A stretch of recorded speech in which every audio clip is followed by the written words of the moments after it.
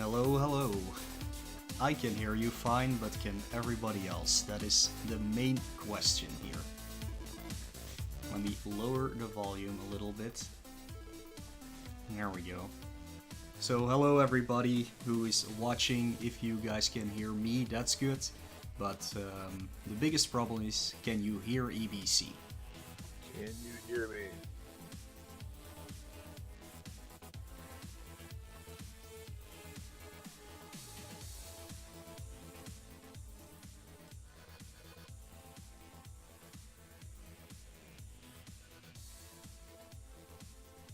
I'm gonna go ahead and say that Tiny 10 number 1 was pretty stacked with games.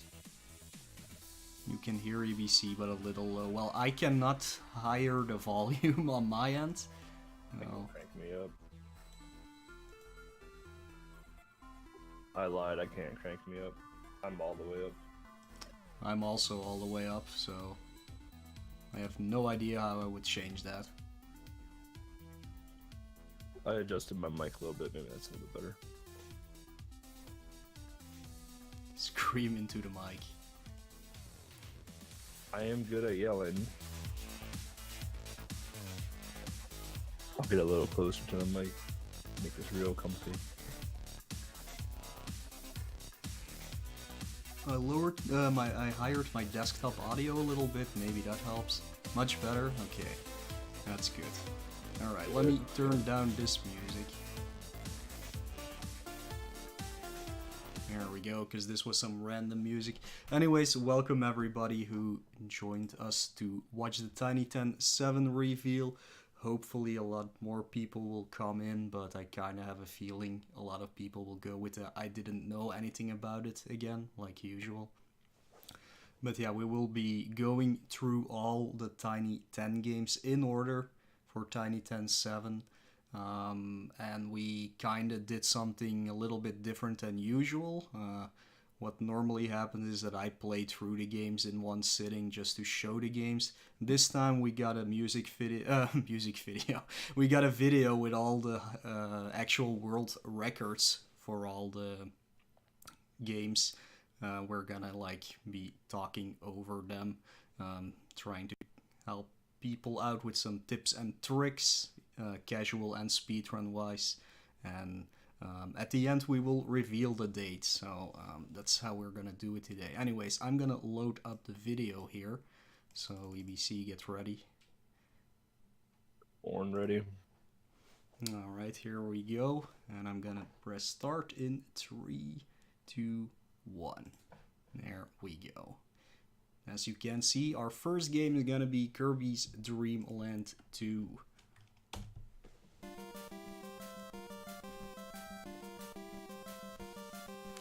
The reason we start with this game is because, like always, there is one Super Game Boy Enhanced game.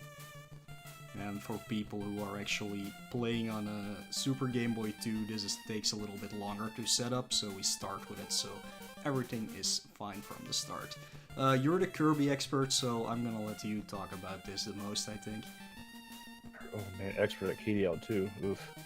The movement in KDL2, if you've ever played Kirby's Adventure on NES, it's very similar to that. A lot of the physics are the same. You have slope speeds that you have to be wary of as well. This game does have power-ups, which you'll see later on. The most dominant power-up you're going to see in World 1 is probably going to be Fireball, just because you can just dash to the air super fast. This has a level selection, however you have to go through, 1 through 6 or however many sub-levels there's going to be. There are mini games involved. There are the friends involved, so you'll see Rick, Kine, and Koo. Obviously this is going to be any percent, so no need to make everyone happy in this playthrough. Yeah, you're not supposed to pick up any of the rainbow drops you need to unlock the final boss. It wouldn't matter anyway because we're only playing up until the end of stage 4, because the entire game is actually quite lengthy. It's around 40 minutes, and if you're not used to the speedrun, it would be definitely like an hour long. So we shortened this game in a little bit, but of course if you like just learning the first 4 worlds in this game, you can always pick up the entire game. Yeah, it's actually a pretty interesting run, especially when you want to do best ending. Best ending is actually a very, very unique run in the fact that you get to see an enemy you don't get to see in any percent at the end of it. But you notice that after stages 1, 2, and soon to be 3, that Barbecue here just try to get the bottom lane for the goal game. That's because if you get like top 3 in the goal game, Kirby does a dance and it wastes a lot of time. You'll see here in the boss fight that Barbecue's going to throw away his fire, basically just use it as a weapon to knock off the doctor's mask on Wispy. And just going to fight Wispy the normal way. After he cuts down the tree, you're going to see him basically do like a save and quit. What this is that at the end of every boss fight, Kirby does his victory dance. And well, the victory dance is really, really long. So save and quit and reloading from the load menu just reopens the next world coming in. So that's one way to save time. There is a trigger though. You have to wait till after the boss is beaten and the victory music, I think, starts to play. Then you can do your save and quit and tech from there.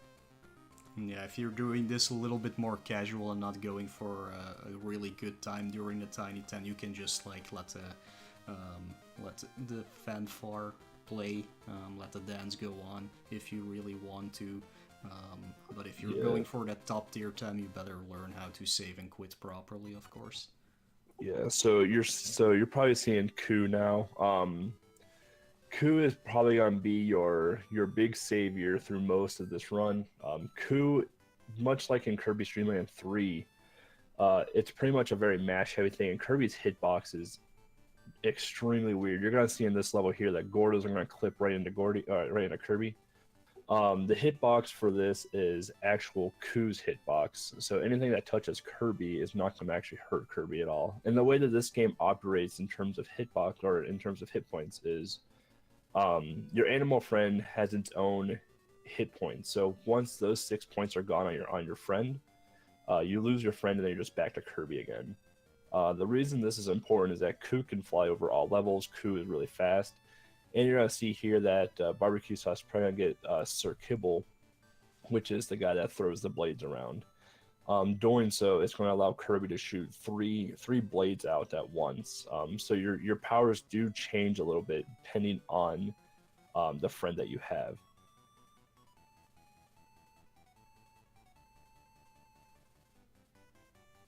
I'm not sure if it's the case. So sometimes your friends are random when you get them. I believe in 2-1 it's always going to be Ku, but I don't remember off the top of my head.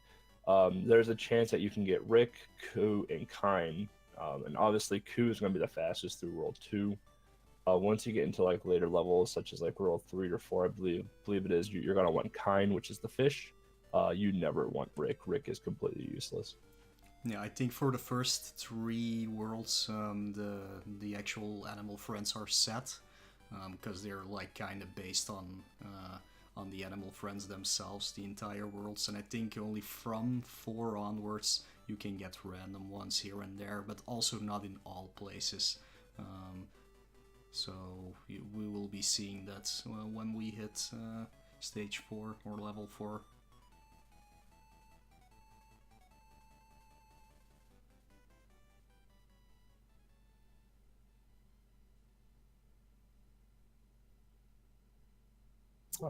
But yeah, no, like I said, you'll see Barbecue and other runners of this game use Ku in the water as well.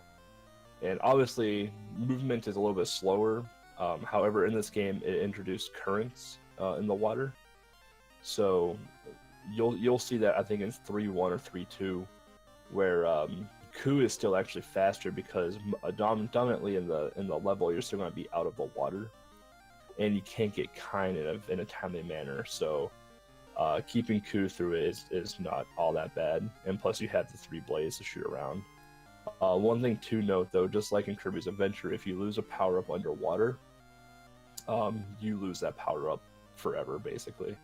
Yeah. There's no way for Kirby to inhale underwater, unless you are kind, unless you have kind as your friend.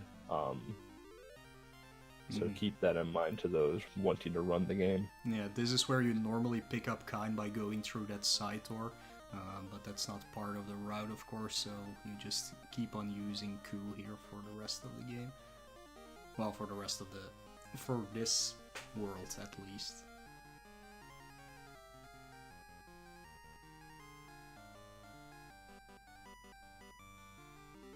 So yeah, the dark room, you're supposed to get you're supposed to have kind, and you're supposed to inhale spark, and what that does is that it makes Kirby spit out a light bulb or have a light bulb in his mouth, and that lights up the room. So obviously you can still see in the dark room, but that's what that was all meant to be. So all the friends and all the power-ups make sense in terms of casual play, but in speedrunning we just ignore a lot of it.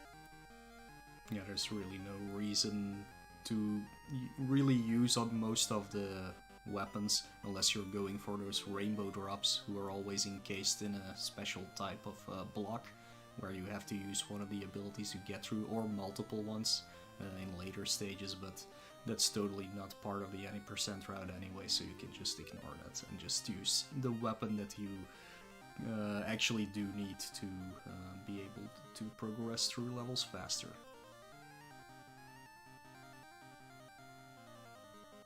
Yeah, the most important part of this is, especially in the currents, is that the currents you don't have much control over Kirby or Ku or Kind or anyone like that. So getting hit and losing your power up is actually a huge time loss, and it's actually a really big issue, especially once you get towards the bosses and the mini bosses. Memorizing where the slippies are going to be and everything else is a very important thing to do. So I would say, like, if you were going to practice this game, I would say practice water movement the most. Water movement is a huge barrier in this game, especially for how short this goal is. Yeah, you can see how Ku is actually better for that boss than Kind would be, because of your three-way boomerang power-up, so it's easy to hit him underwater.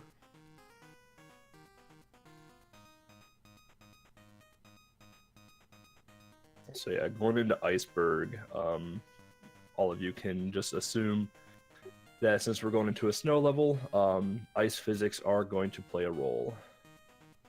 And ice physics are the absolute worst. Yeah, luckily in this stage you can fly over most of it still.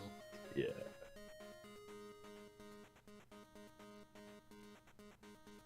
Adorable penguins. I feel like penguins are a pretty big theme in all of our Tiny Tens.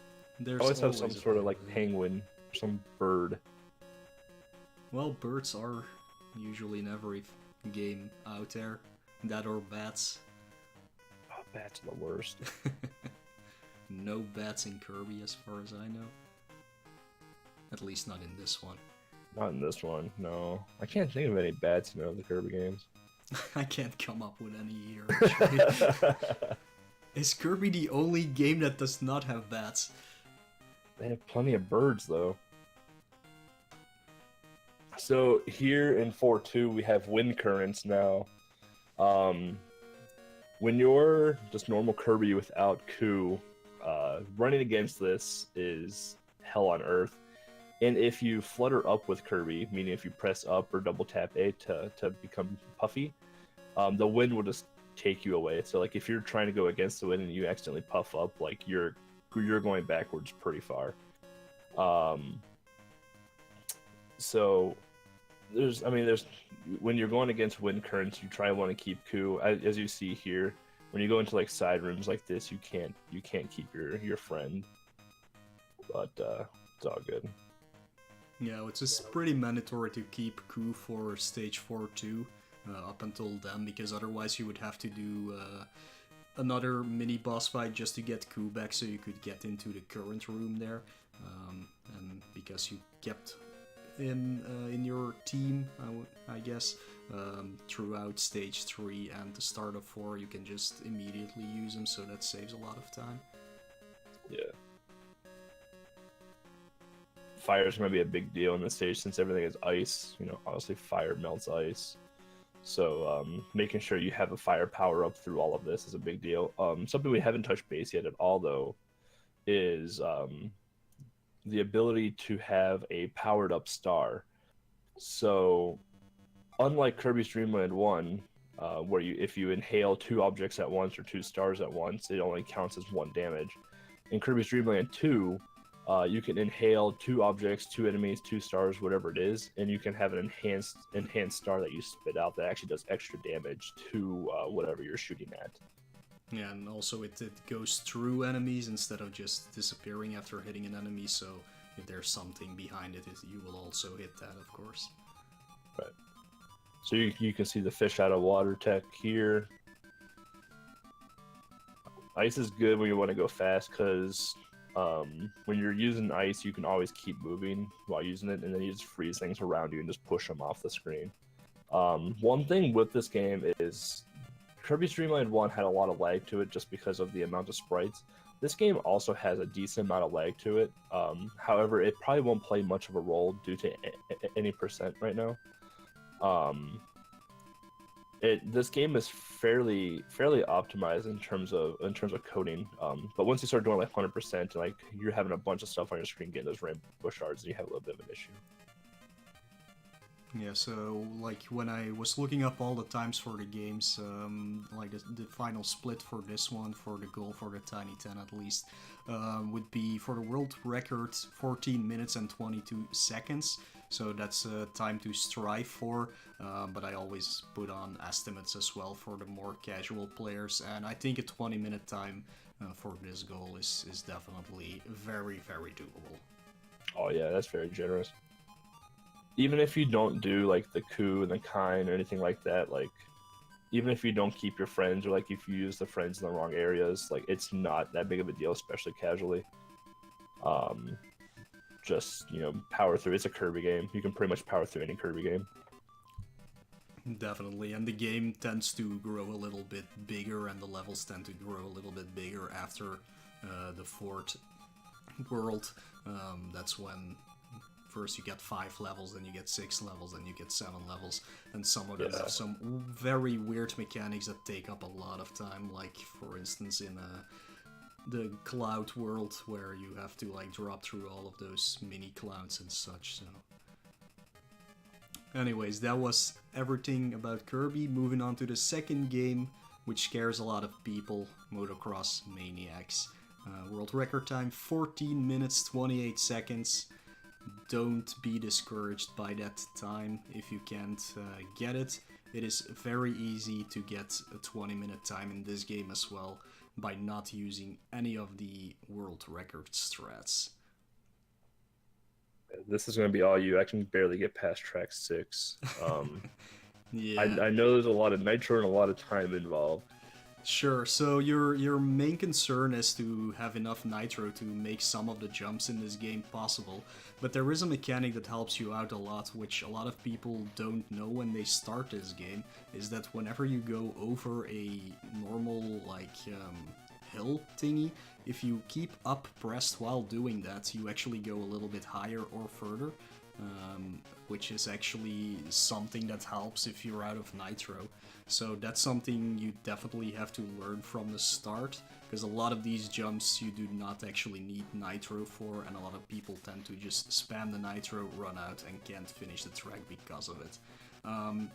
What the world record is doing, though, is there's some spots on the levels where you can do a backflip or a front flip, which nets you those 2 little guys who absolutely do nothing as far as we know, but one of them gives you the jet, and what that does is it makes you able to use nitro while you're in the air, which means you can just keep on boosting with nitro to skip a lot of the hazards in the level, as you can see here right at the end. For the world record time, that is definitely needed. So if you want to get a really good time, you'll have to know where to find that jet and where to use it properly. If you do not know how to get it, it's definitely no problem. Just play the courses and you'll be just fine. Just do not spam your nitro at all. With the backflips, like, does that happen automatically, or is that just something you have to, like, do? You have to, like, actually do the flip by either holding left or right to do the flip. The same goes for like little hops or stones. You do not go over them automatically. Like these ones you can, but like stones on the ground, for example, you have to push in the other direction, so you actually do a wheelie, so you can take those jumps over the rocks. Like for these loops, for example, most of them can be made by just pressing up, so you do not have to use a boost for that. Where Nitro comes in handy is mostly for getting onto higher tracks that you cannot normally reach, and you have to get those for sure to get your time bonuses, so you do not run out of time. Which is a weird thing that it's called time. I think it would have been better if they called it gas or something, because you're running against the clock anyways, but that's maybe an oversight for the game. So it looks like you get a decent amount of nitro whenever you pick up an N. Is there like an overflow with nitro? So like say like if I already had like a full nitro bar and I grabbed another N, is there an overflow, or is it just like a hard cut at like 9 or whatever? There is indeed an overflow. You will not be seeing this a lot in the actual world record run, but whenever you're full on nitro and you pick up another one, you do get 3, I think, added to your bar every time. So you can use the overflow definitely to your advantage.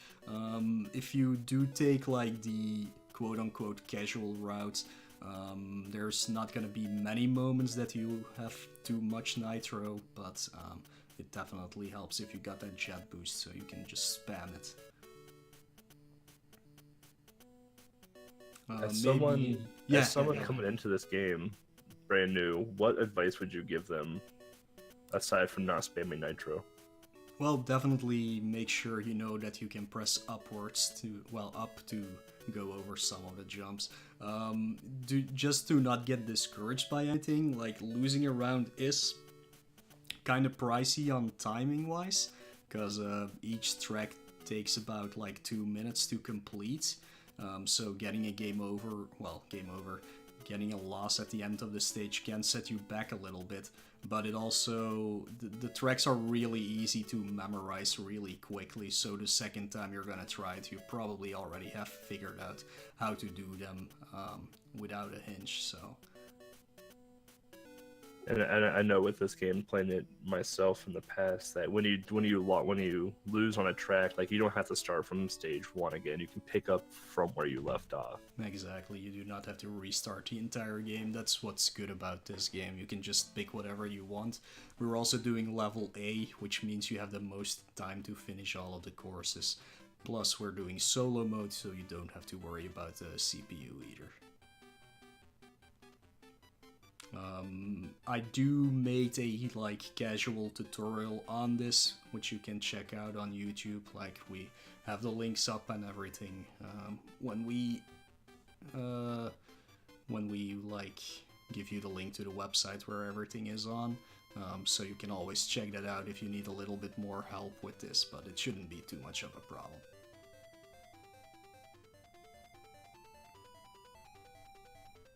Maybe I can still explain what the tire does. That's when you pick up the R in the sky. That actually helps you when you fall down to sandboxes. It makes you go a little bit faster there. And the S power-up actually increases your normal driving speed up to max.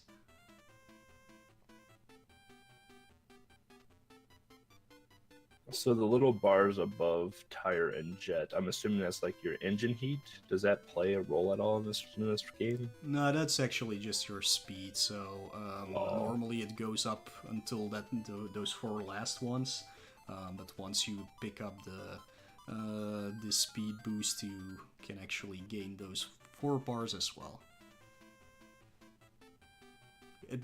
It's almost not noticeable though, so. Yeah, I've never noticed it even playing, and I just noticed it now because I'm watching the video. Mm-hmm. Yeah, it's like a fraction of a second that you go faster probably, but yeah, this is a really cool game. If you can actually learn the strats by using the jet to boost yourself over many of the stages, hazards, it's a really cool speedrun actually.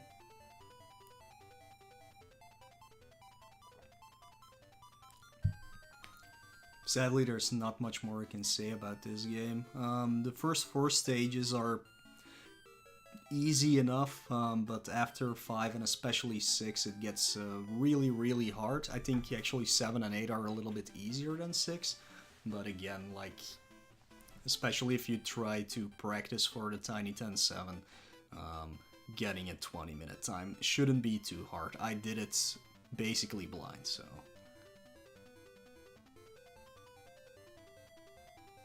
Yeah, this game itself isn't all that hard. It's just memorizing the tracks and when to use your nitro. That's the biggest thing for this.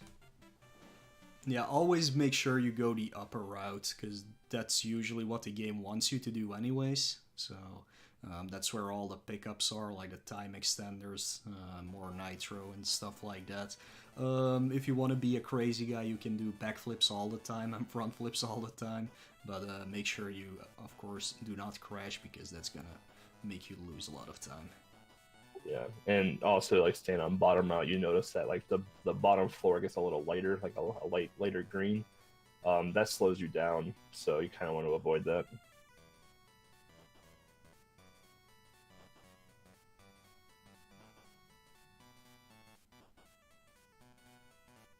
I like this sign. Does that tell you that there's a loop coming up? Yeah, if you use a nitro during those loops, like the cutoff loops, you go all the way around until the other end, which is a waste of nitro and a waste of time, so just holding up there to clear them is a lot better and a lot faster.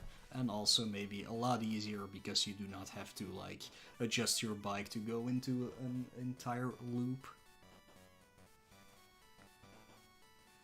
That's true, Hero. If you crash, you lose all your power-ups, so you lose your jet, you lose your tire, you lose your speed boost, so you do not want that to happen at all. Here, he does it on purpose, though. He fell on purpose, so he could clear a little hazard of the stage that would take more time to actually do it than just to fall down. You also lose those 2 little guys if they are behind you. But they really serve no purpose unless anybody else knows that they actually do something, but I've tested out a few things and they really do not add anything.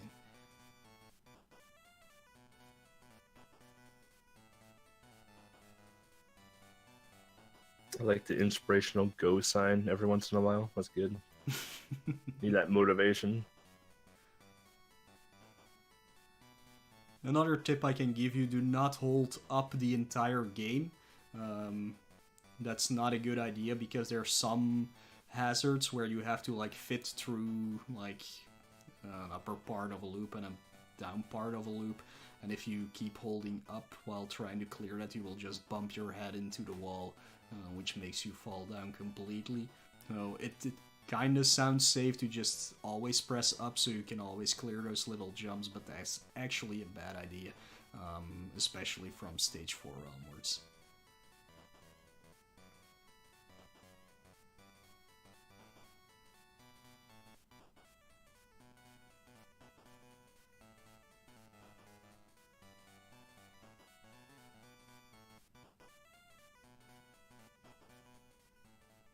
I would say pay attention to the signs, because they literally tell you what's gonna happen next, but they are easy to overlook, and I must admit I never look at them either. I just look right what's in front of me, and it's usually always the same thing you have to do to clear those things, so it's easy enough to do it like that. Yeah, and it seems like once you've crossed the quote-unquote goal for lap 1, any power-ups that you picked up during lap 1, when you go into lap 2, those power-ups are respawned, so they should be there again. Indeed, so if you know where the time boosts are and you have a little bit trouble of, like, clearing the stages, make sure you know where those are.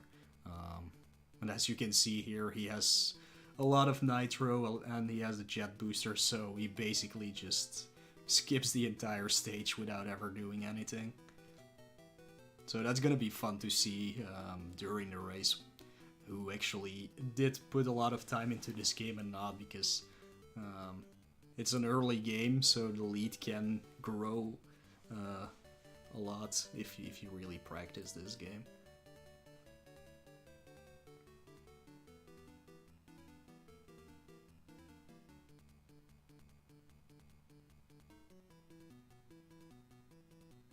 I would say this is a game that you definitely should practice just for the sake of just memorizing the tracks and understanding what you're getting into. But I feel like I personally think like if you can complete 8 tracks in 20 minutes with, blind or little practice, I would say there's other games that you probably would like to focus on more. But if you're one of those crazy people that, want to have like the sub 2 hour run or the sub 2.5 hour run, then definitely practice this game. Lots of time saved in this game.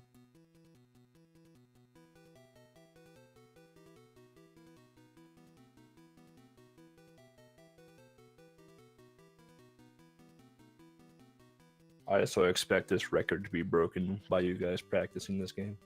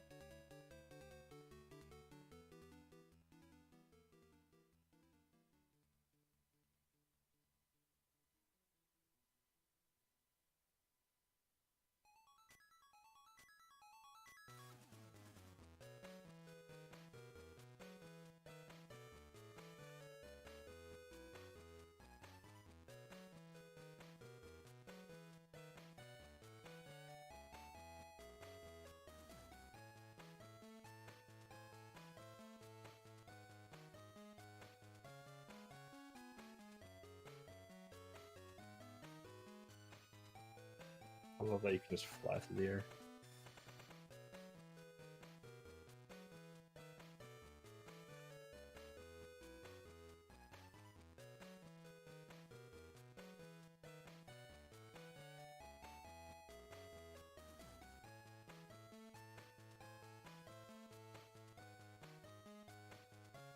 So, Sailor Moon as game number 3.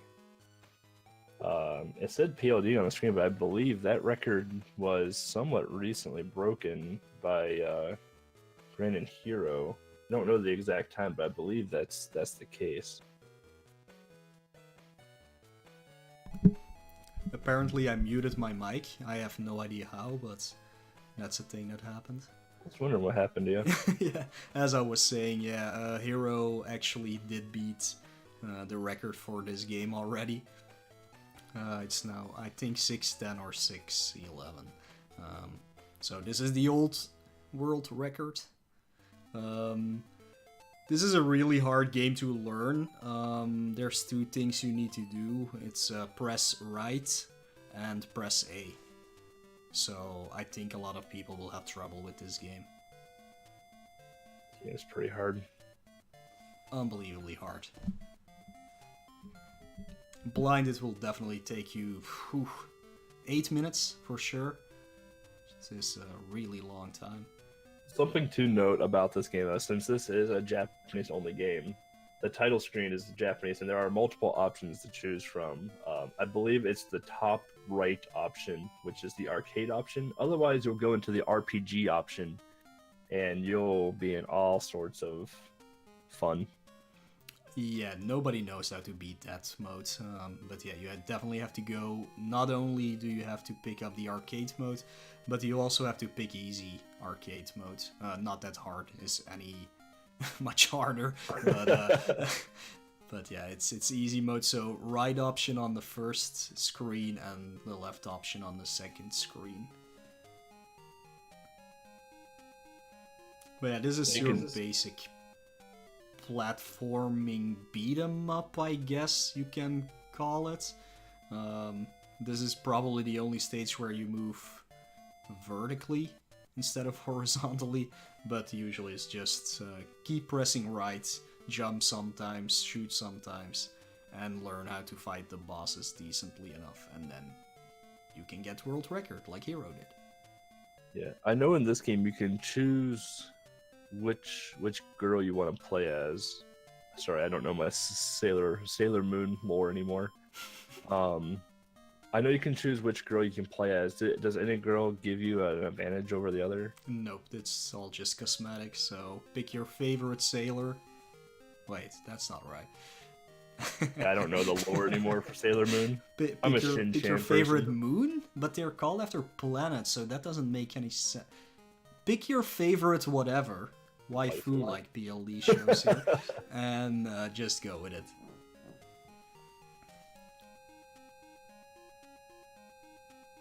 But you can see the iframes last 100 years. Taking damage, I think most things only do 1 damage to you in a way. So just walking through things is not a big deal. You want to talk about boss strategies or boss tech in this? Well, I'm not that familiar with the boss strats, even though I have a really good time in this game. But it's really just looking at where they're gonna land and making sure you know how long their iframes are, so you can hit them the moment they get vulnerable again.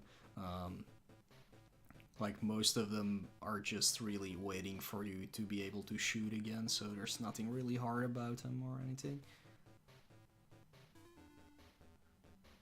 You have to be careful. Some of the attacks from the bosses do tend to do more than 1 damage, so... But usually you have more than enough health to just blast your way through it. Yeah, if you were playing this casually, I guess, you'll probably be avoiding a lot of damage boosts, or just in general, just a lot of damage in general. So like you'll be going into a boss fight with probably like full health or near full health. I mean, even in a speed run, you'll be going into boss fights with near full health because your iframes last 1,000 years. Yeah, and there's plenty of health pickups along the way as well, so you don't have to really worry about that at all. This is definitely the easiest game in the entire list. The entire Tiny 10 history. Probably, yeah. Like, Kirby's Dream Land is easy, but this is... this is ridiculously easy. Yeah. But it's really competitive. Like, the BLD had the same time as somebody else who ran it. And then Hero made it a little better.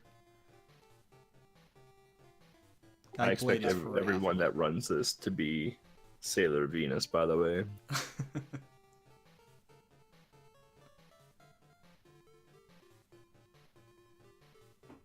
I don't think I've ever seen Sailor Moon, so I have no idea about the lore either. So. And I know the characters still, but I don't remember like anything outside of that. Still no run from EBC, no. I play good games like Shin-chan 1 through 5.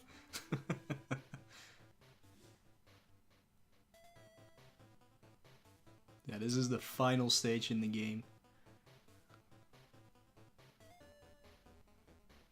And this is the final boss in the game. And the strat here is to shoot him when he's vulnerable.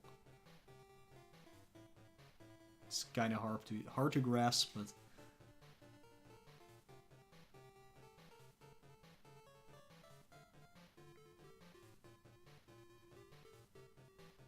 And that was game. Done with Sailor Moon. So after the racing, you get a really easy one to take a breather. Moving on to game number 4. Which is Bomb Jack. And the goal in this game is to do normal mode, beat level 24. There's a very handsome human being on screen right now. I have no idea who that is, but he is gorgeous. Anyways, Bomb Jack is a arcade type of game. If you start a game, the level will be automatically put on normal, so you don't have to do that like I just did right there. That was because I was playing easy.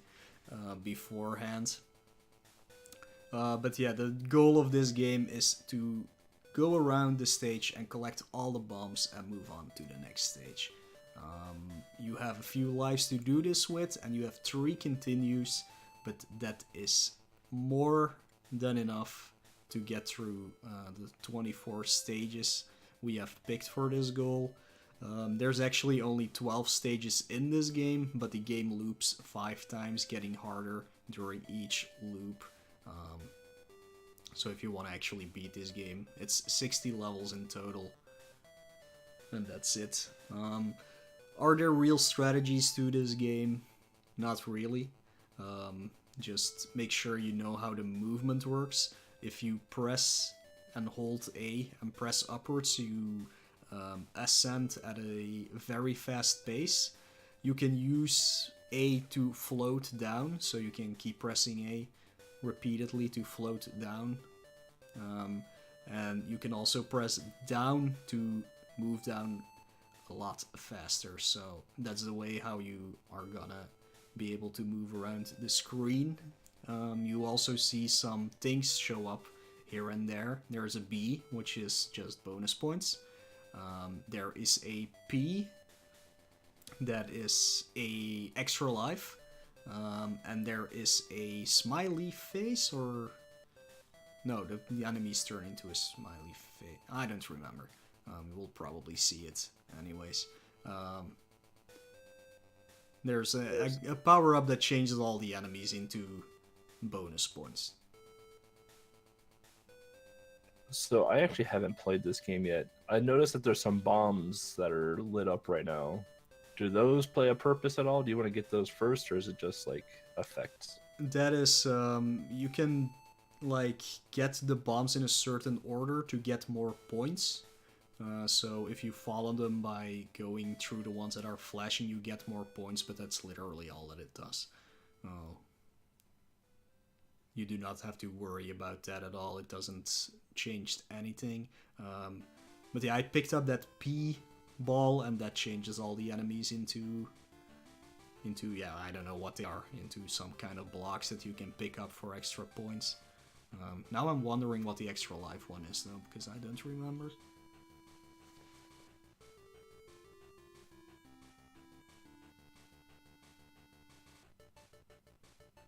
This game looks pretty straightforward. It reminds me of like a more free version of like Lock and Chase or something. But with bombs. Yeah, I think Lock and Chase is a little bit more puzzle-y, I guess, than this one. This is like really a pure arcade game, as pure as it can get. No really hard mechanics, it's just moving around and staying alive. Oh, the E is an extra life. There we go. Maybe I'll talk a little bit about the enemies. Those alien things, or skeletons, you can choose what they are. They are always in their normal format as long as they are above the bottom of the screen, but once they hit the bottom of the screen, they turn into a UFO or something else that chases you throughout the entire level. The birds always try to line up with you and then come straight forward towards you, so be aware of that. You are always above or below them, so they cannot hit you. And goal for this was just one loop, right? It's two loops. loops. Two loops. Yeah. Watching my well, this is a casual playthrough from me, because there's actually no leaderboard for this, so people make it happen. Do a full game. I would recommend easy mode though, because it does get a little hard later on. And not being able to continue indefinitely is definitely a setback for that.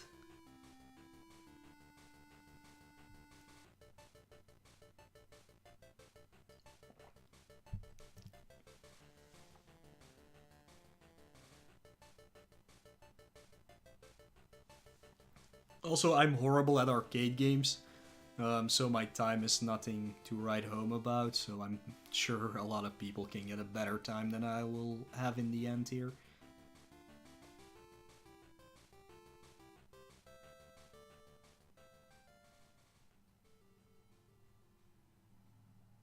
Nothing really more to say about this game. Again, in this Tiny 10 we picked a lot of games that are like usually not picked to put in a marathon. We usually stick to mostly platformers and then a puzzle game to break up the routine, but this one has a lot of games that are really original, I guess. The real question now is, will Tiny 10.8 have Miner 2049er in it? I don't know. We'll have to see that in November or December or whatever.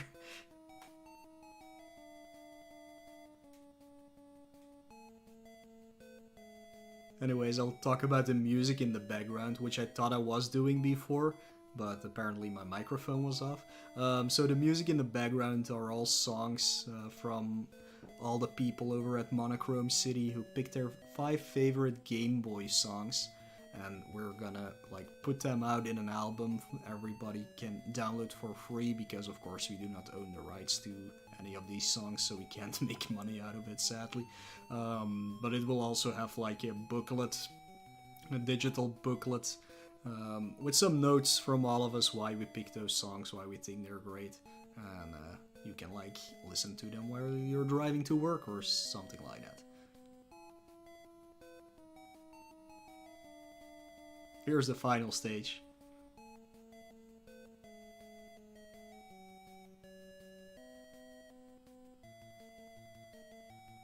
So this silly game is finally over.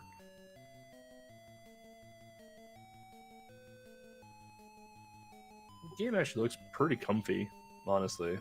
Pretty casual. Kind of like it. Alright, next game. You know a lot about this game. I do not. Jetsons Robot Panic. Oh god. This game's the worst. So, I never looked at Coffee and Split names before. That's fantastic. Yeah, Jetsons. So, everyone loves auto-scrollers, so why not start the game with an auto-scroller? The slowest auto-scroller known to man. If you're familiar with Jetsons, you know that George has a boy named Elroy, a daughter Judy, Jane his wife. So obviously in a Jetsons game you get to play as the entire family. Elroy has like this yo-yo thing or whatever, that takes 1 or 2 hits to kill an enemy, depending on what the enemy is. All of Elroy's stages are just auto-scrollers. The biggest thing for this is knowing where the pits are and knowing where the exit is. There are mini games in this game, and you definitely don't want to go into them. Throughout every stage, no matter what character you're playing with, there are many mini games you go into to get power-ups that pretty much do nothing. Extra lives, which do help you out. There are like health power-ups you can get as well, but for the most part, you don't need them. This game is relatively easy. The only hard parts of this game, I would say, is Jane and George, which you'll see later on here in a minute. It's a video game. Elroy stage is the worst, and it's the first one you have to go through, and it's the worst just because it's just so slow. Elroy doesn't have anything special at all. He's just a little kid with a yo-yo.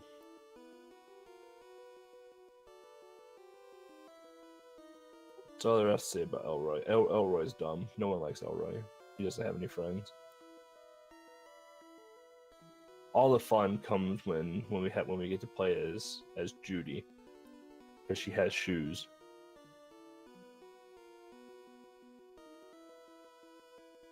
Yeah, George is 50% of the game. I'll talk about George's section is a lot more in depth, and I'll talk about George more when we get to him. So you saw like the EX or the exit sign on the door. That means that they cleared the stage. Now we're gonna jump over to Judy. So the cool thing about Judy is that she has boots, and that lets you defy gravity and walk over spikes. You can pick up boxes in this game, and some of the boxes you can actually push up against or like throw against a wall and have it bounce back. There's like this lipstick stuff that you have to press sometimes to like activate a switch. You can walk through them, but most of the time you're going to trigger them. So here we have the boots now, so we're going to defy some gravity and walk on some spikes. So those boots are probably the best thing in this game, just because like the spikes are introduced in every stage pretty much after this. However, when you play as Jane, you don't get the spikes, you get something else. So Judy is on this hover skateboard thing, and the vehicles in this game do have hit points associated with them. I don't know what the hit point value is on them because it seems to vary depending on what you're doing. But for the most part, you're going to take the vehicles and just go through the levels. But Judy's pretty straightforward. It's again, hold right, jump over pits. Now Jane has a very good item as well, and it's the jetpack. You notice that on the screen that at the bottom you'll see an E and you see the life or the L. So you have by default five hits and you're done. The E is the energy for your item. So you can see while coughing is using the jetpack, the E is going down quickly. Again, vehicles in the Jane level as well. It's like one of those like shuttles or whatever they use to fly in the Jetsons. However, that one just can't fly. I don't know if it was a bad product or if the shopping malls and the Jetsons are just weird. So when you're running out of energy for your jetpack, if you run out of energy mid-flight, you drop like a rock, and it is incredible to see how fast you can die. This game isn't all that hard, but it does pose challenges once you get to George. It's because that's when the game is like, here you go, you have everything that you can possibly need to complete the game, put it to use. And if you don't know what the things do or don't know the levels, you're in for a world of hurt. So going into George now, what's going to happen is that now we have access to all of these power-ups or weapons from the previous stages. So like we have Elroy's yo-yo, we have Judy's shoes, we have Jane's jetpack. To activate these, I believe it's just the select button to pull up that menu and then just scrolling over to picking whatever item you want to use.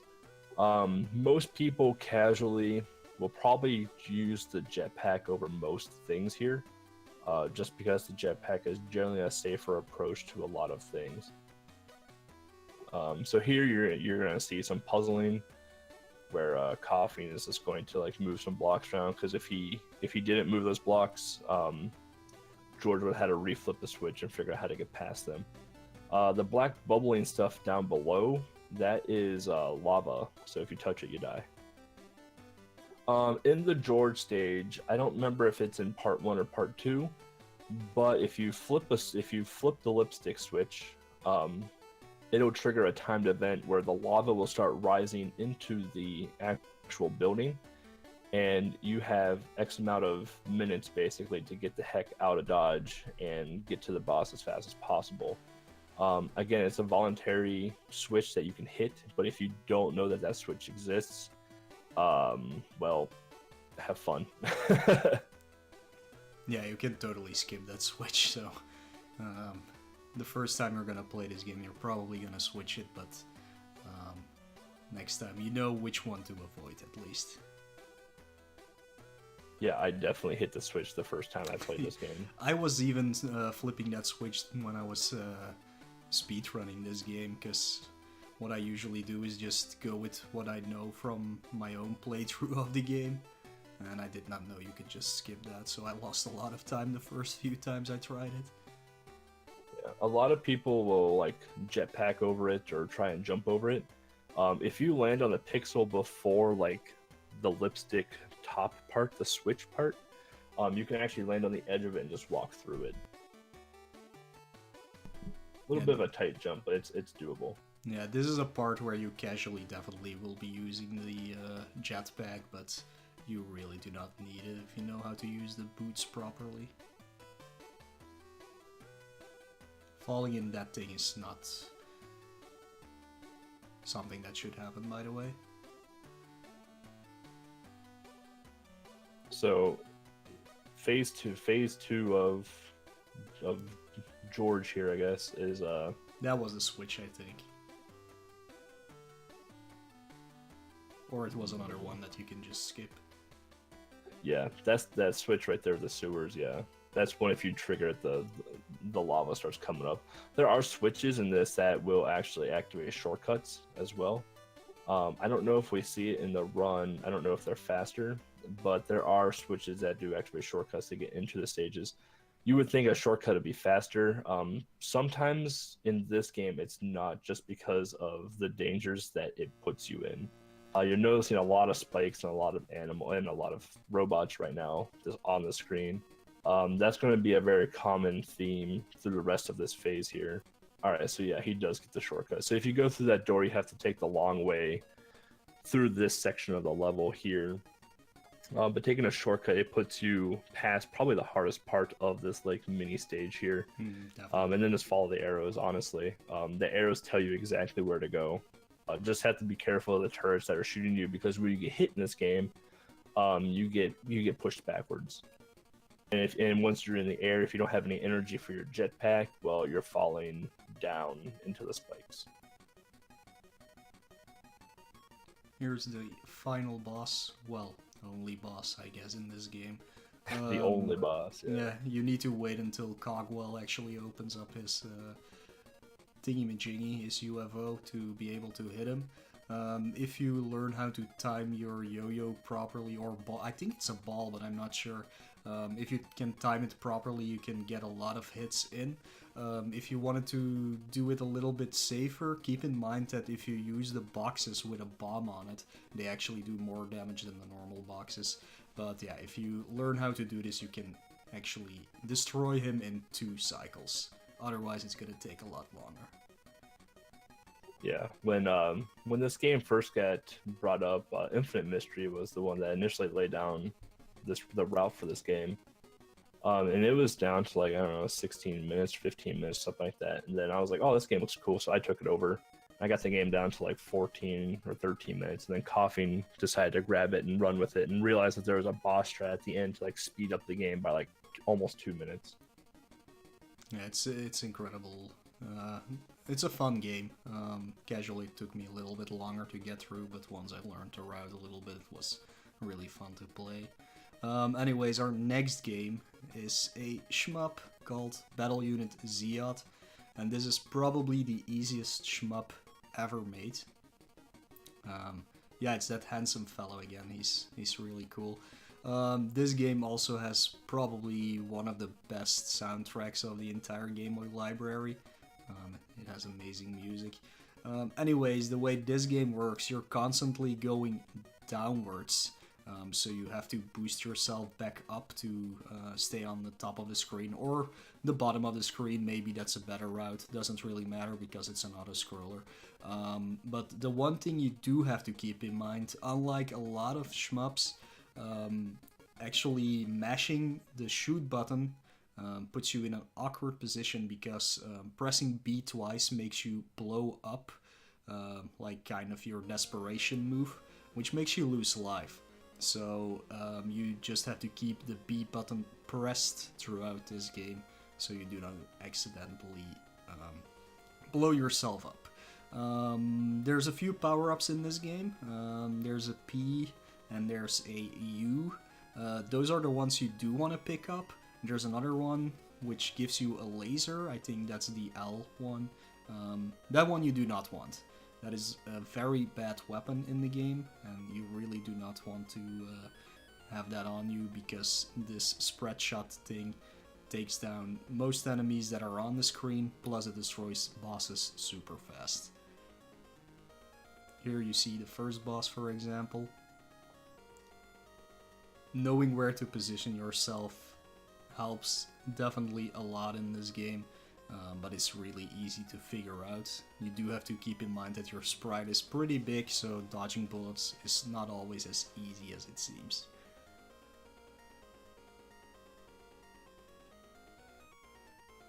The biggest downfall that this game has, despite it being really short and really easy, is that once you die, you game over and you start with 0 power-ups.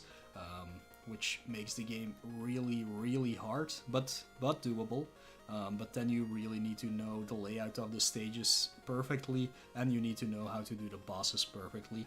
As long as you do not game over at all, this is the easiest game in the world. Not as easy as Sailor Moon, though.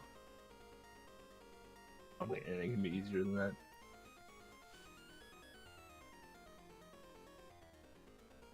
But no, I would say for shmups though, I would say this is definitely the easier end of the spectrum for shmups. Definitely. And I like to put shmups in these tiny tents. I think that's like a genre that's not being picked up by a lot of people. Definitely not for speedrunning, because they're auto-scrollers. What else can you do? Much more than learn boss strategies, but it's always fun to play through these games. I always like to put them in these tiny tents to see if some people would pick them up. So you saw me dodge the L power up there. You really do not want that one. I play it really safe. Like, this is world record, but there's definitely room for improvement with this game. Like, I'm sure that using the desperation move on the bosses can maybe take them down a little bit faster, but I do like to keep my health, because dying is such a huge setback in this game. So I tend to just use my normal spread shot throughout the game and make sure I have enough health to damage boost through some of the enemy's attacks, well, boss attacks. But it would be nice to see if some people can maybe find a different route that saves more time, but is a lot more scary to get through the game. This game is relatively short too for shmups, even for like a Game Boy standard. Like, what is this game, like 10-ish minutes? Yeah, casually it would take you 10 minutes for sure. It's super simple. I played it twice during Portable Pleasure. The first time I died a few times, and I was like, oh, this is really hard, because you get set back so much immediately.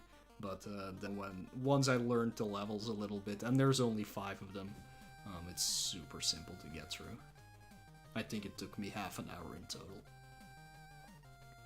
Yeah, because I saw someone in chat say that this is easier than Solar Striker, which 100% agree. But like, if you look at a lot of the shmups that are on the Game Boy, like you have Radius, Solar Striker, Twinbee, games like that, like they actually have some like content to them. Like, they have like a decent amount of levels. Like, the levels are long, challenging. Like your general shmup, like you're a small little guy. If you get hit once, you're dead type thing.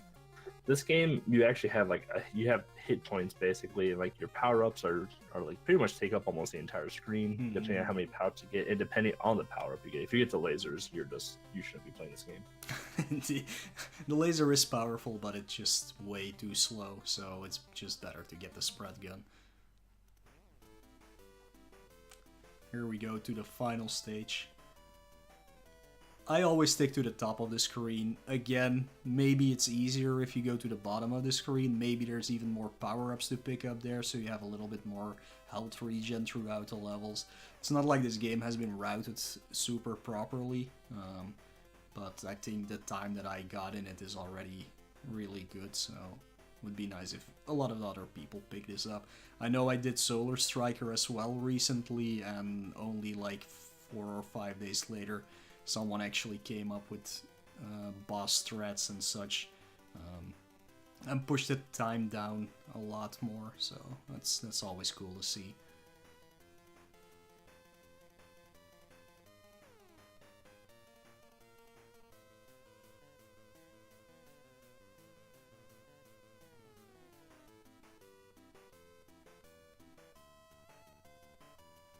You will be, yeah, go ahead, you can surely do that.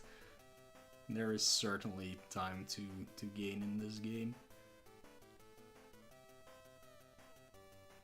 I would say, so far, all the games that we've showed off, the records are very beatable in. I would say probably the most optimized of all of them would either be Sailor Moon or Kirby Stream Land 2. But again, like any speedrunner, most speedruns out there, like, there's strats that some people may not have found or not have known of or couldn't figure out, and that's what makes or breaks the game basically.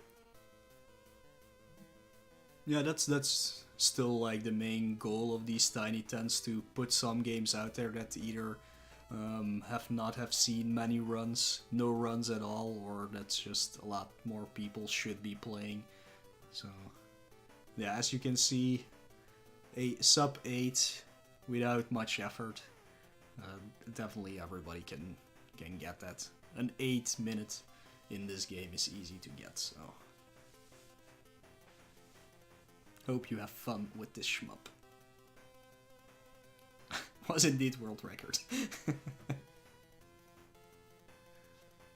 Split is after the cutscene starts, after the final boss, by the way. Just mentioning that, not at the final hit.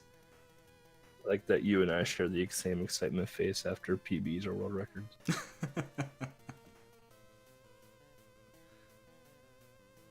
Sometimes, yeah. If I'm actually happy about it. We all know I'm not really a dedicated speedrunner. I don't know what happened with the thingy here, but anyways, this is Tetris. 100 lines. And what you are about to see is crazy. Just absolute crazy. This is how you play Tetris. Finger cam, obviously. Definitely. You need to have a finger cam for this. Anyways, what you'll see here is this runner is going for Tetris. So the 4 lines always. Which is a good strategy, but you have to keep in mind, if you're not as speedy as this guy is, once you go over the first half of the screen, it's just always better to build downwards so that you do not get into trouble later on. It is nice to always do the Tetris after Tetris after Tetris, but like, the goal here is to get through 100 lines. It's better to take it safe than to take it really fast and have to redo it once you hit like maybe 60 lines and start all over again. So I think that's a thing that a lot of people do wrong when playing Tetris. They will always try to go for those Tetris lines.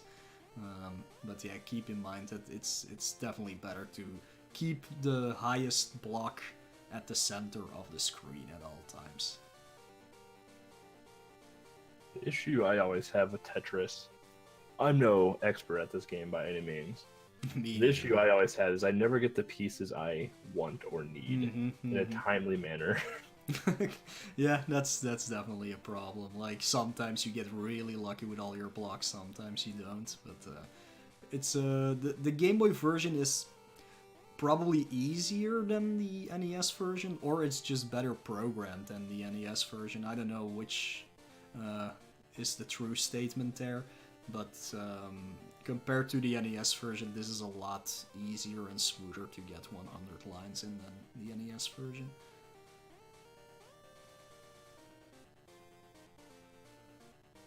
And it was about time we put Tetris in, because this is literally what sold the Game Boy in the first place. Yep.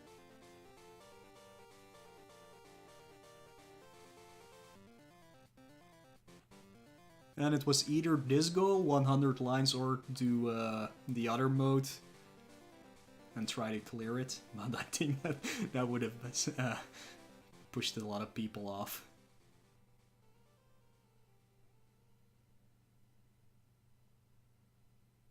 Yeah, this is amazing gameplay. Like, this is crazy.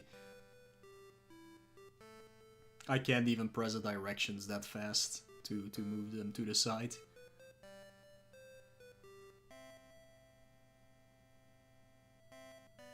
Because he does it in like 4 minutes or so. Yeah, 4 minutes and a half. I think a good time for this, because I did it a few times in a row, is like anything between 7 and 10 minutes should be perfectly fine.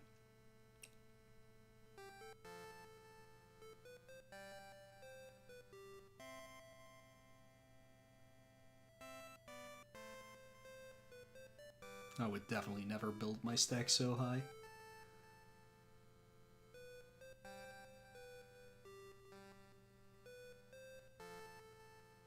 The title, yeah, there was something. I don't know. Is Lex here? I don't know if she is. And But yeah, she made a video for this, or pasted it together, I guess.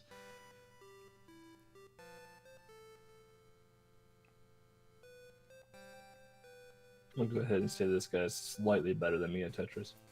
Only slightly, though. Yeah. But yeah, like that would have killed me immediately. I would have not been able to get that 4-1 at the left there. Yeah, there you go. 4 minutes and 11 seconds. Crazy time. Just absolutely crazy time.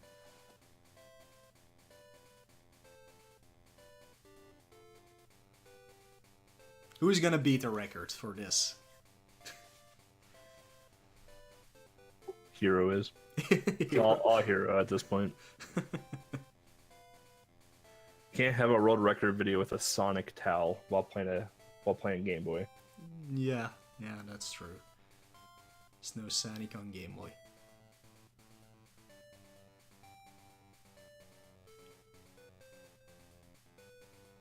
Oh, you see in this world record video, he starts at level 9 because the speed is a lot faster than immediately. I think, if I watched it correctly. But Yeah, you can just start on level 0, by the way. Yeah, 9 is the fastest. Yeah. If you start at 0, you can progress through the level, so it just progressively gets faster, but you just want to go fast. Just go right to 9. Alright, next game. This title, we're just gonna call it Kitaretsu. And, oh, look, who's this guy? I don't know who that is. Not Doraemon game. That is the not Doraemon game. But yeah, as you can see, Smart Alec, who's in chat, is on the screen now. And this is his game. And he also made a tutorial about it, which I watched earlier because I actually have no knowledge about this game, even though I have second place. But yeah, this is just a fun little... I wouldn't even call it a platformer, because there's not much platforming actually to be done in this game. It's another one of those hold right and press A types of games. But the biggest thing in this game is the way you attack with your little guy. If you just press the B button, you do a normal sword attack, but if you jump, hold up, and press B, you do like this kind of flip thing, which actually does double damage, and which is really useful for a lot of the bosses. We're already on to stage 2. Stage 2 is basically all about dodging. There's not much fighting, actually no fighting at all to be done in this stage. You have to jump over these giant snakes, you have to jump over these little creeks, which some have piranhas in them, and they are kinda random, so they can really set you back.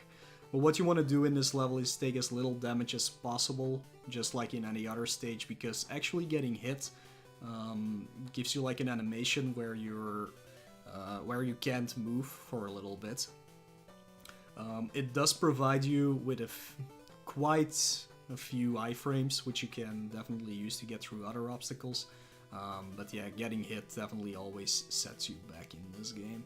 But stage 2, really easy, just keep on moving as fast as you can, hope for the best when you come across those creeks.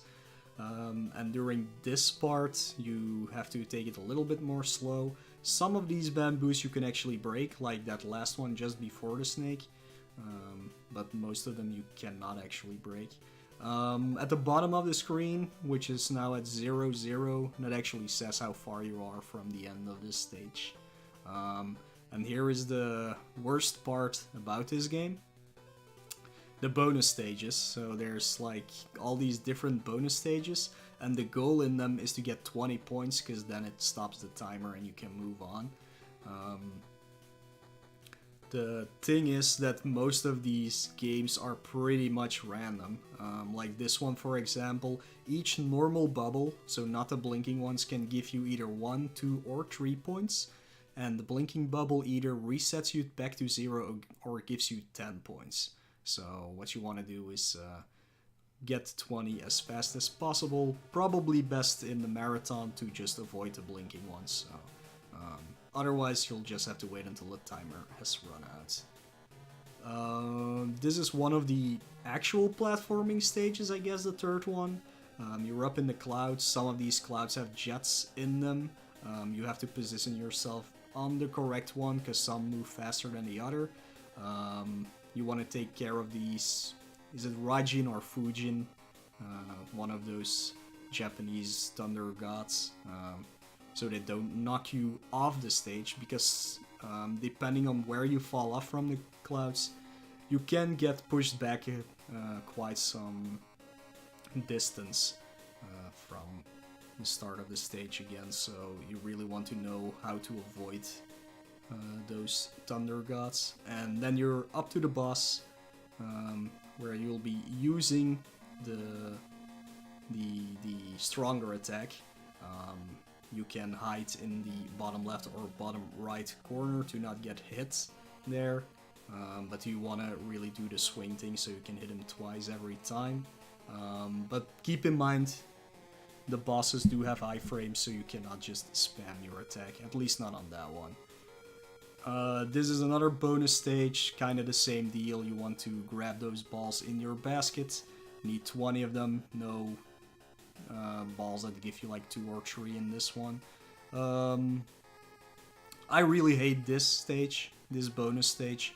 I would just let it run out, mostly because I cannot get those balls in correctly. But yeah, this game can give you, like Smart Alex says in his tutorial, can give you a lot of P breaks during Tiny 10 if you need them. Here's stage 4. You see those lovely birds coming after you. Do not get grabbed by them at all, because they will bring you all the way back to the start of the stage.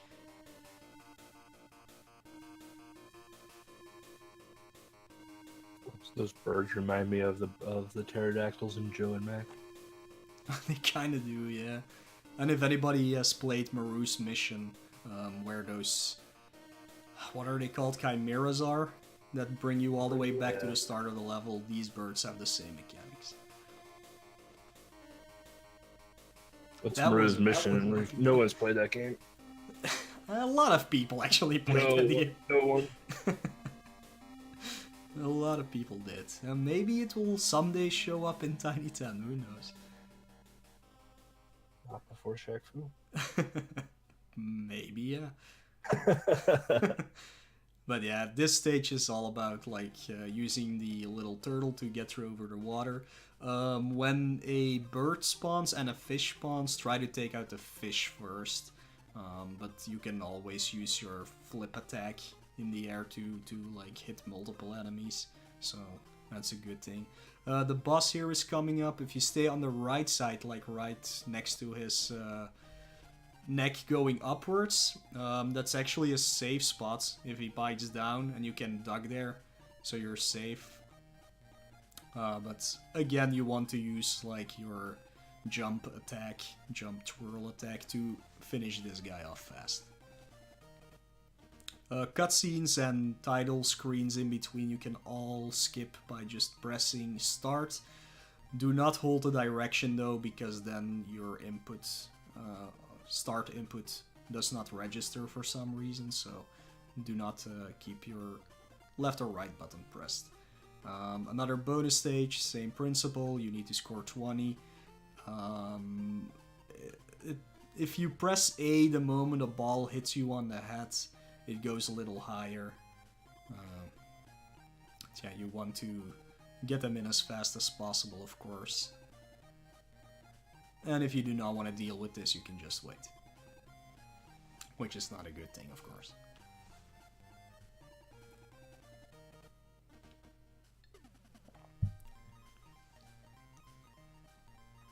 Stage 5. Here they mix it up a little bit. You're not just supposed to go to the right side of the stage here.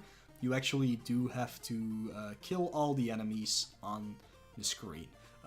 Usually it's pretty easy. Just keep moving right until you come to one of these masts. Ascend them, check all the levels for the enemies, destroy them, and go back down and move on. There is one part, however, where there's another one of those stupid birds that can grab you and put you all the way back down. So it doesn't put you back at the start of the level, but it brings you down from the mast. So try to hit that one as fast as possible so you don't get pushed back. This is the stage that, when I played this game casually, before I knew Mo and anyone else ever played this, I got stuck on this stage because I didn't know exactly what to do. I didn't know you had to kill all the enemies. I just got ran to the end and there was just nothing available. So yeah, make sure when you get to the boat stage that you kill everything. Yeah, and in the bottom right, instead of just how many meters you are removed from the endpoint, it just says how many enemies there are left. You also saw a kid being tied up there. I thought it was mandatory to actually save him, but apparently it's not, so you can just leave him there hanging. So you do not have to do that. If you hit him accidentally by trying to kill the bird and the bird pushes you onto him or something like that, you can just press start to skip the cutscene. But yeah, here's the boss. This is probably the easiest boss of the game. Well, the first one is actually the same deal. Just do the flip thing and you're done. Another bonus stage where you play whack-a-mole, and this one is terrible. This one is absolutely terrible.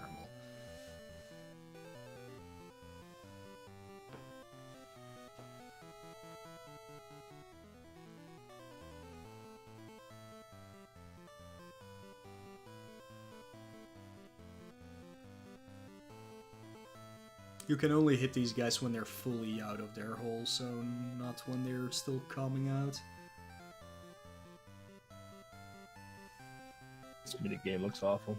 This is absolutely... I've never been able to finish this once.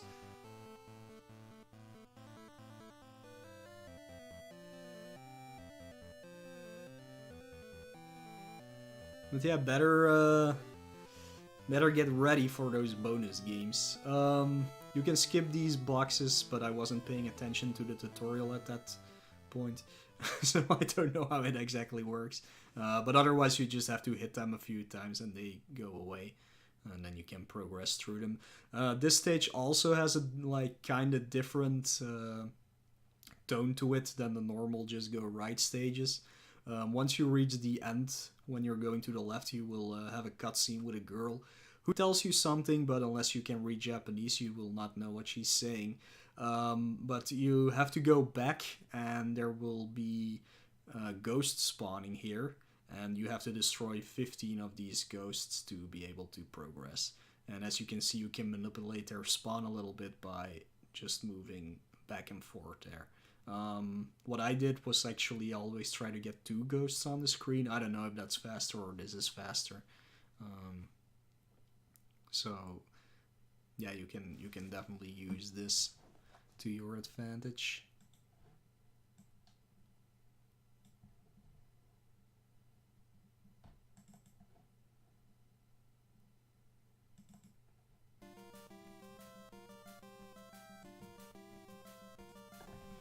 Even Alec doesn't know which is faster. Yeah, I have no idea either.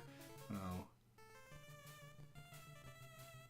But yeah, I go a little bit further to the right, and then you have a ghost on the left and a ghost on the right. And then you can, like, skip between both of them. Oh, maybe that is faster. Maybe I found a quote-unquote new strat. Anyways, once you're done with these ghosts, you can move on to the bottom part of the ship.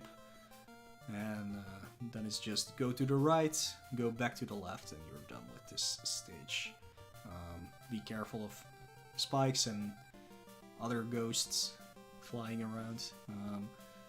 This part isn't that bad, but once you get to the bottom part, there's these flying grates, which are kinda hard to dodge, and at least I have troubles with it, but there is a setup to jump over them perfectly.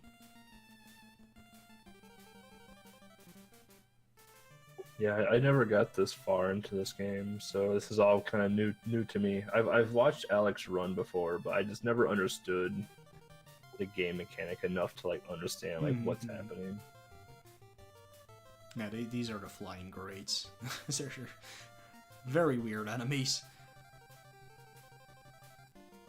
They're huge. They are, yeah. So yeah, this is the end of the stage, and we're moving on to the final bonus game. This one can be awful, but apparently there's a trick to it, and I did pay attention during this part of the tutorial. Once the line goes, well, the what's it called in English? Bobber, yeah. Once it goes down completely, you immediately have to like press A to reel in, and what that does is give you, most of the time at least, gives you a big fish that gives you 5 points. So it would only take you, or 4 points. Yeah, it's 4 points. So it would only take you 5 of those to actually finish the minigame. If you're too fast, however, you lose your points. So it's something you really need to practice. Maybe put a save state there, practice that minigame a little bit. Because doing it fast will save you a lot of time, because you have a minute and a half to finish that minigame, and just waiting for it is really abysmal. This is, I would say, the final boss of the game. Again, just use your spin slash to do a lot of damage immediately. And this is the final stage, which is the worst stage in the game, for sure. There's enemy placement that is absolutely rubbish in this section. Like, the crocodiles take a lot of hits to kill. Sometimes you can use your spin slash, excuse me, to jump over them, but usually that's in failure. So taking it a little bit slow would definitely be very useful for at least the Tiny 10. Because you do really want half of your health bar before the final quote-unquote boss, for sure. So did like Shredder just eat you and then now you're inside of his stomach? Like, why is there flopping sharks? I have no idea what he did. It's probably part of the manga or something at some point, but I have no idea what's going on in this game. I assume that boss that Alec just killed was Shredder. Yeah, buff Shredder, maybe. But yeah, this is definitely an awful stage. The reason, like, if you just want to go damage boost through everything, you will not have enough health for the final boss, and you'll see why right here. So the final boss is a dude, I guess, which you have to hit a little bit more than 30 times. Again, the spin slash does double damage. The problem is that these falling drops or rocks, I don't know which they are, I'm gonna assume it's like stomach acid or something. They spawn pretty much randomly, which makes it really hard to get a set pattern on this boss to kill him faster. So you just want to stand next to it and hit it. And if you have half a health bar, you should be fine to do it with the damage boosting. Otherwise, you'll die and have to do this entire stage again. Quick reminder, this game does have limited continues, but it should not be a problem. I think it's 3 continues and each continue has 3 lives. So. Oh, and now we're up for the showstopper here. Pingu, whatever it says after Pingu. Honestly, I do not know anything about the speedrun itself, but just enjoy Pingu, guys. Come on, it's Pingu. Like I said, there's a theme with Tiny Tens and Penguins. There sure is.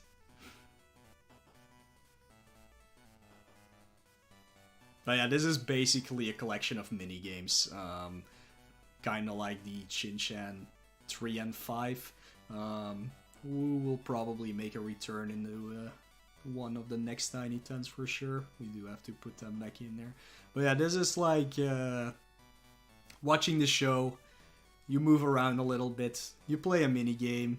You either really suck at a mini game, or or you don't, and you move on. But it's super cute. It's super fun, and it's nice to have another short break before the final game.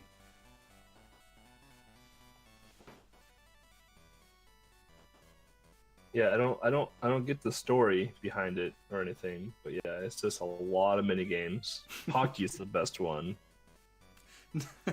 I would say the jumping one is the best one, but also the most frustrating one.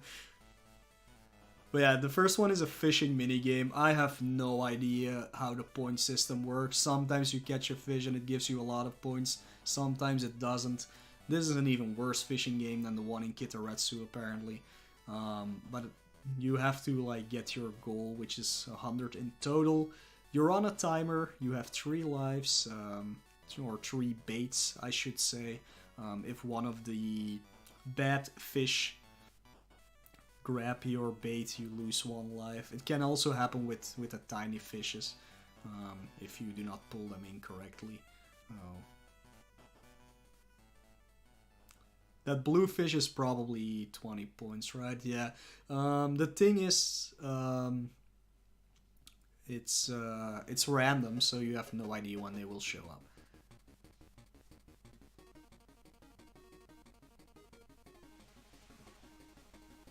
Good play indeed. But yeah, that was day 1.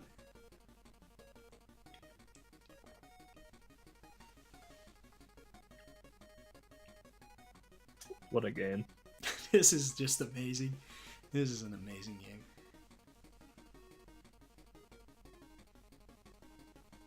And if you fail a minigame, instead of it saying good play, it says bad play. Yes. The nice part about minigames, if I remember correctly from playing this game a long time ago, is that if you fail a minigame, more so like the jumping game is what I remember failing the most. Mm-hmm. When you go back into the minigame, you pick up where you failed. So like if you failed on like level 2 of the minigame, you start at level 2 of the minigame again. Exactly. Look at him go. Look at that bingo dance. I like how awkward his legs move in dancing. And that his wings are like 3 times longer than they should be. And yes, for those who are wondering, there is a dedicated nude button, so you can nude through the entire game. It will be slower because you stop moving. Yeah, you can nude while moving.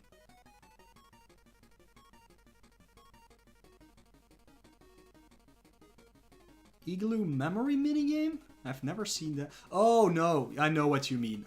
There are other igloos you can actually enter that have other minigames, but they're not mandatory to be played to continue the storyline. Yeah, so yeah, I'm assuming there actually like, are more minigames than 4. Yeah, I'm assuming like this game probably has a few categories of like the any percent, which is just like the straight through like mandatory mini games. And then there's like the all minigame category or something like that, 100% or whatever you want to call it. I think this is the only category that actually is being played, but Well, they- people need to get to it. yeah. There we go, Hero's on it. So yeah, this is the jumping game. This is the game that I had a really, really hard time with. Yeah, me too. Not because of like the platform timings, but the way the game is laid out. Like you don't know where the edge of the platform is sometimes. So like when you jump, you think you're going to land on the platform, but instead you fall through it.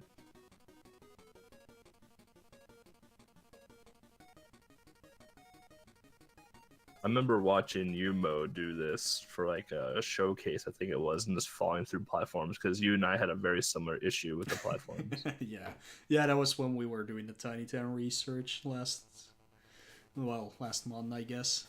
Yeah. Took me a while to get through it again. It is a fun game though. Like even if you just want to like find a game to play, just like sit down and just be real comfy, like this is the game to do it.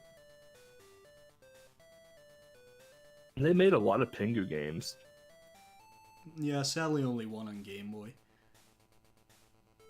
And what surprises me the most is like Pingu is a European product, which got hugely popular in Japan apparently.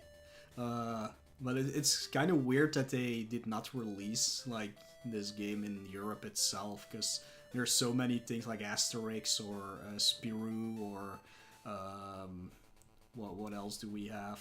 Like Lucky Luke and stuff like that. All European products that got made by Infogrames mostly. And it's weird that this one did not get like any credit here, because Pingu was popular everywhere as far as I know. Apparently there's a trick to this that I did not know. I was watching this, I'm like, man, he's doing this a lot faster than how we did it. This took me 50 minutes to get through. But yeah, apparently it's a kinda doable. Always doing the same thing. This is my favorite minigame. I don't know why, but it is. It's the dumbest.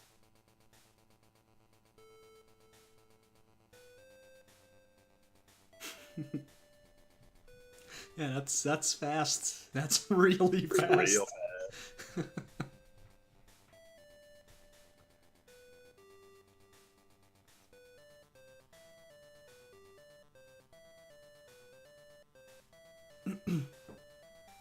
Good play.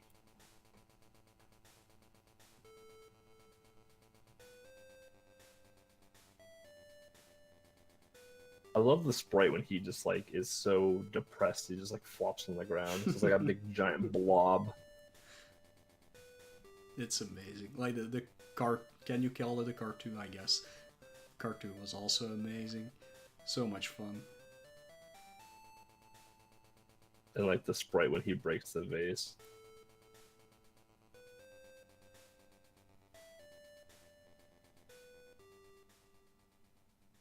Alright, on to that final day, which is Snow Wars.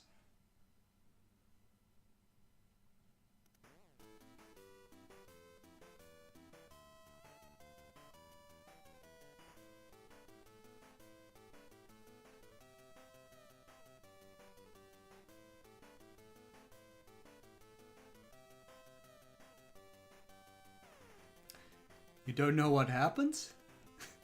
He broke the vase, he tried to buy a new one.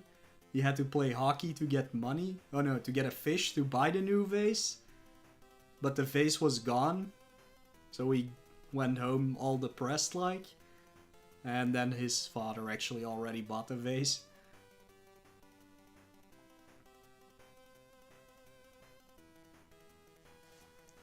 And in this episode he's jealous of the attention that his brother is getting, his baby brother, so he runs away from home.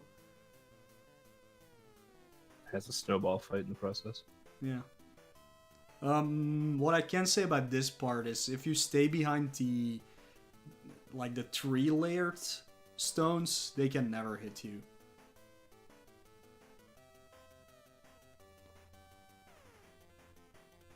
But that's, of course, not the fastest way. This minigame was pretty easy. Yeah, it's very simple. I guess depending if you use A or B, you can throw left-handed or right-handed. I did not know that, though.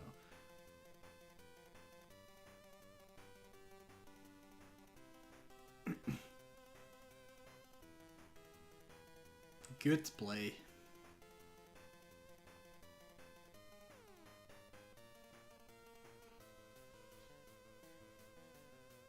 Yeah, now he has been away from home all day. It's already night. And now he's sad. Because he doesn't want to return home. But then his mom is waiting for him. Because she was worried.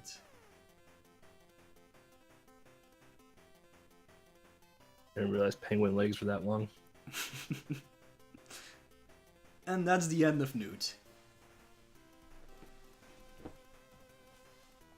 So yeah, already moving on to our final game.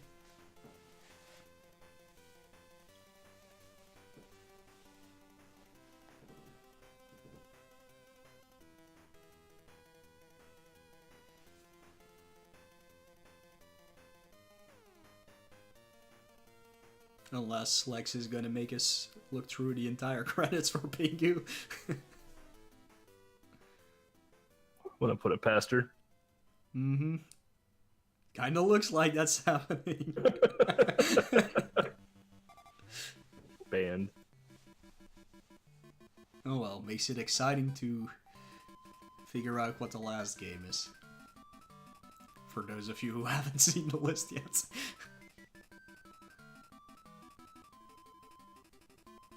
Yep, she's making us sit through the entire... God damn it, Lex.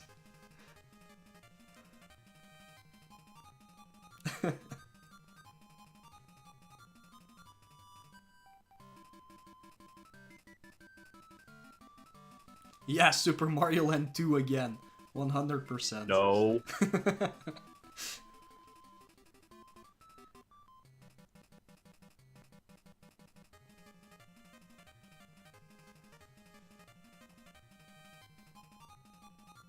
No one likes Mario games. Everybody Only loves Shin-Chan games. From here on out. The end, but not really.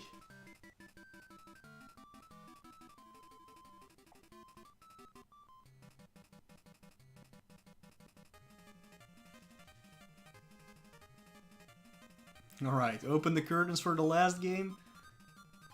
Get out of here, Pingu. Seen enough of you today.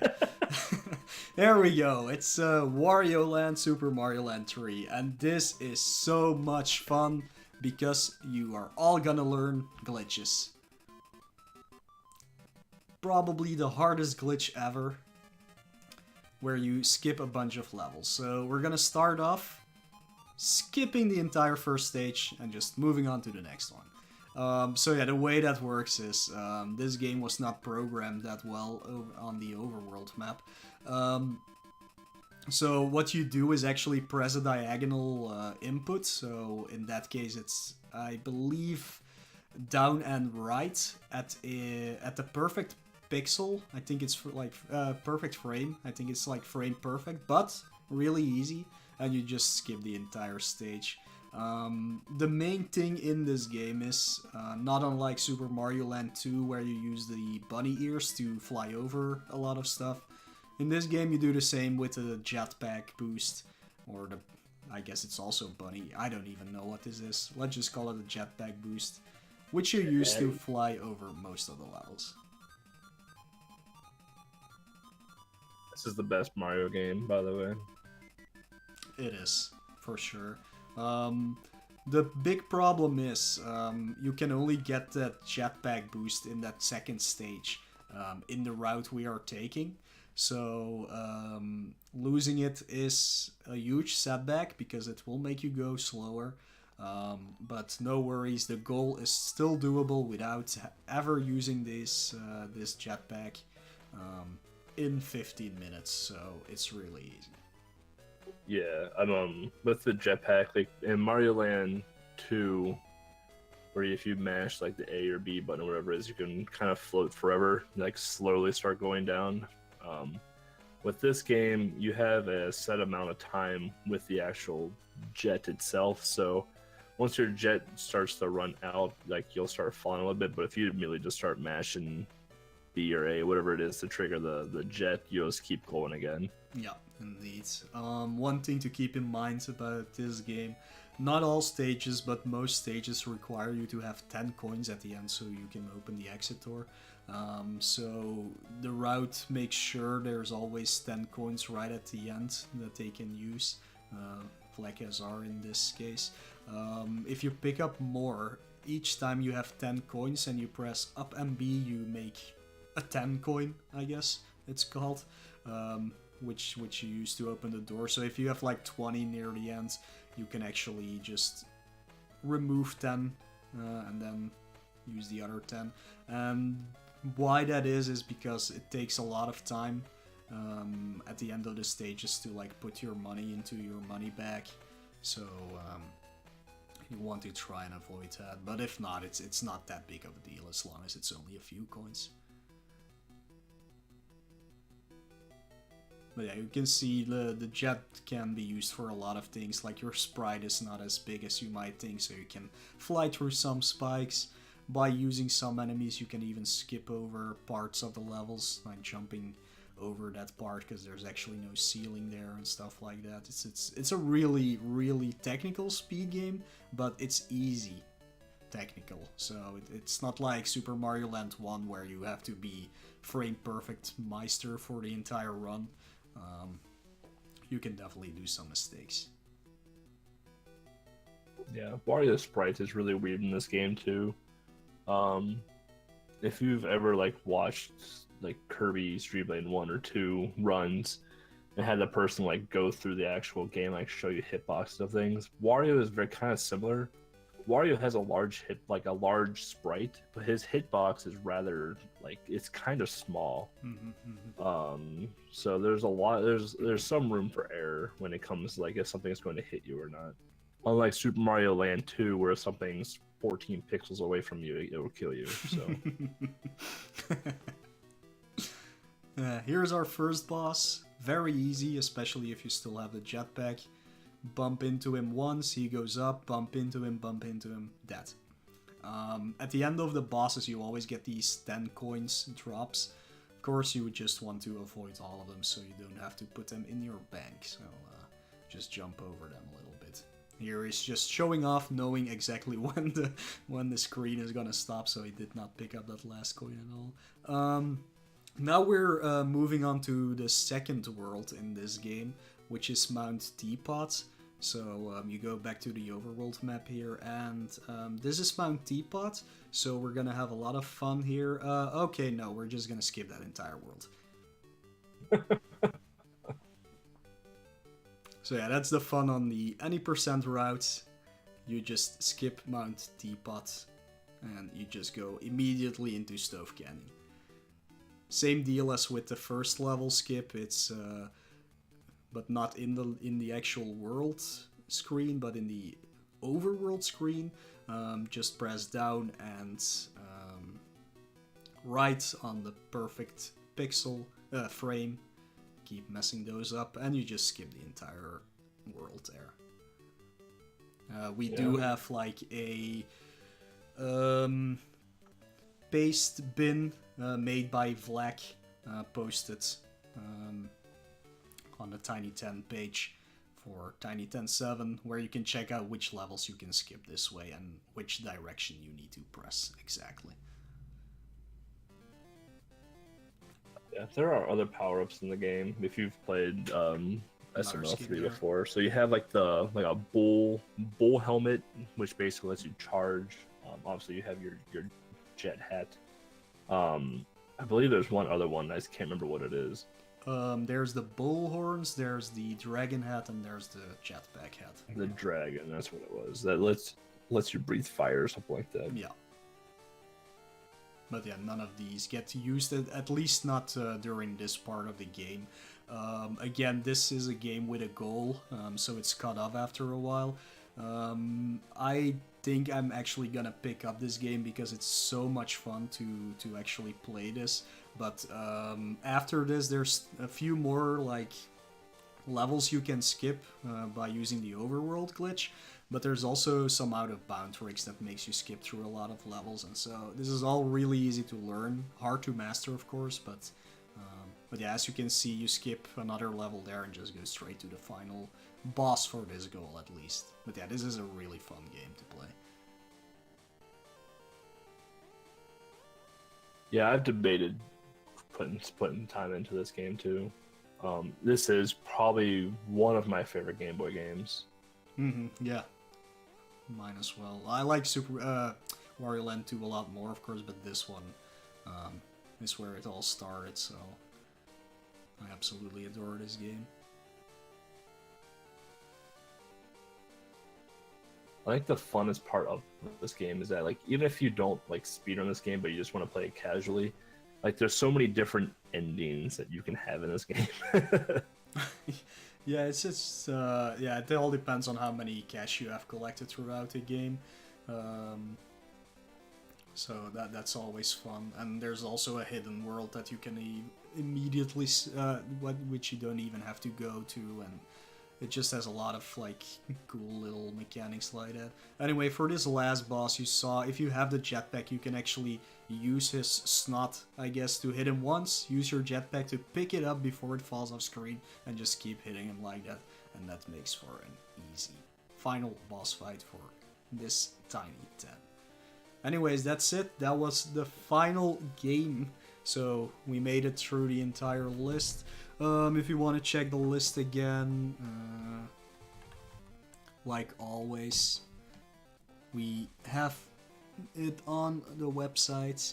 There you go. And the moment you've all been waiting for, here is the actual date for a Tiny 10, which is gonna be June 2nd, 1 p.m. EDT. I think we are both at EDT then, Europe and America. And it will be broadcasted on Speed Gaming 2, right? Yep. Yeah, so... website doesn't work? What are you talking about? Works perfectly fine for me. Forgot the HTTP. Oh, you mean... Yeah, like that. Yeah, I know that, but I'm... thought the website just did. No, the thing works, but yeah, it's gonna be in June because April is gonna be a very, very busy month for me.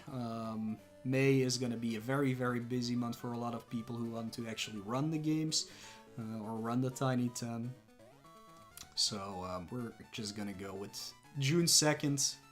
There is a chance I will not be home, but there's plenty of people who are willing to commentate, of course, so maybe I can't make it, but otherwise we will definitely see you on June 2nd. But yeah, you can start your training right now. You can download the ROM set over at the website for sure. If we get more tutorials, they will be added to not only the tutorial section on its own, but also just like on the Tiny 10.7 page, there will be a link there. But yeah, have fun everybody with this. Yeah, we have the Game Boy Discord where we have a channel for Tiny 10 stuff, so games, strats, whatever you want to talk about in regards to Tiny 10. So if you're not already in the Discord and thinking about joining the Tiny 10 or even have interest in some of the games, like, please reach out to one of us and we'll get you in. The games this list are phenomenal.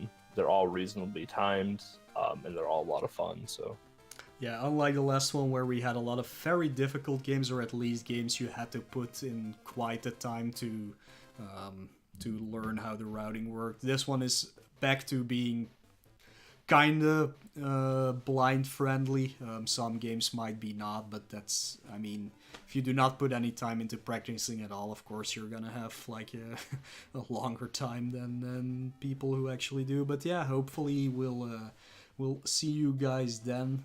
You have plenty of time to learn the games. If there's any questions about anything, just feel free to contact anybody, like me, EBC, maybe even Hero. Like everybody from Monochrome City will make sure to help you out.